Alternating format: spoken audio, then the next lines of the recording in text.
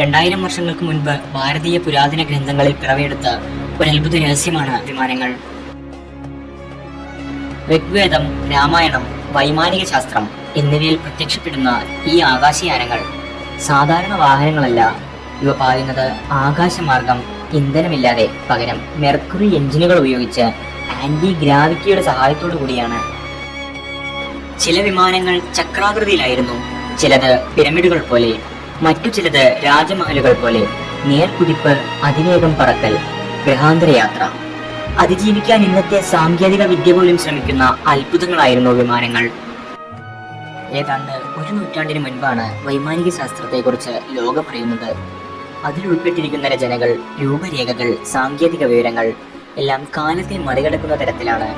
ചോദ്യമുണ്ട്, ഇതെല്ലാം കാവ്യരൂപങ്ങളാണോ, ദൈവിക രൂപകങ്ങൾ മാത്രം, അല്ലെങ്കിൽ നമുക്ക് നഷ്ടമായ ഒരു പുരാതന സാങ്കേതിക ശാസ്ത്രത്തിന്റെ അടയാളങ്ങളോ?